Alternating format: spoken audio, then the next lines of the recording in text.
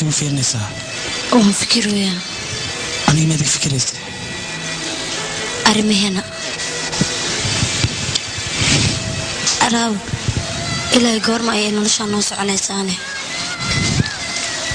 رنا هانتي أنا جوا حنسرها راول مركا اسكو حناقني كتب ناس بتلدونت لكن إلى هذا وحكسونا سعد مجيد أديك رنت إيش سيادة محسن ده waad ogtahay Aisha adduunyada Europe Asia America intaba dadku way jecel yihiin waana wada noolaan guurku ma qasbana waxaad arkaysaa family noloshooda isla wada راهول لكن مستقبل ما ku xitaa in jecelku waxa loo baahan natiijo inuu lahaado راهول maxaa u diiday keenan natiijo hadhow markaan wada noolaano fursado badan ayaa jira faa'iidooyin badan xornimo intaba wax maata lagama yaabo in jecelkaas uu ka dhasho laakiin haddii la isxabisa dhibaato imaan karta marka kadib maxaan sameeynaa كتب محن سمينين سلس إحنا ليش نكون ميسنينا فرحت إحنا كنا ميسنينا هاي جعلك ما قعملوا يلا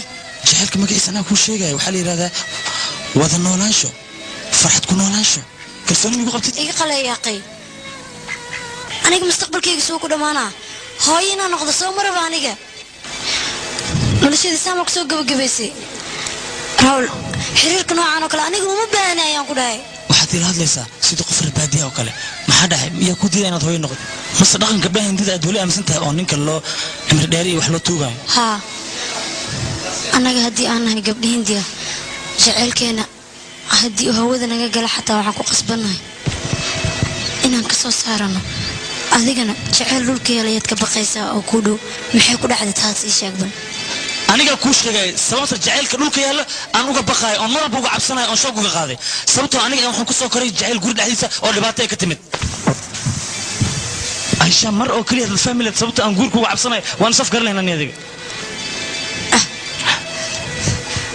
waan ku fahmay war hada adiga gurigan haddii aad jaceyl keelin qof kale ma adaaba awoodaba inaad jaceyl siisid waay adiga jaceylku ma taqaanid macnihiisu wuxuu yahay راولي ديجيسو هدي أي فكرة ده جسدان يهين أو دروس كديدن تاي ما أنت كده هاي لكل من هدي أسكت إن لكل أنت نسكت جرت كوكو دعوة هني كان السؤال واي إيو محي كودا عذا إيو وحس هاي اللي ما أنا ينقول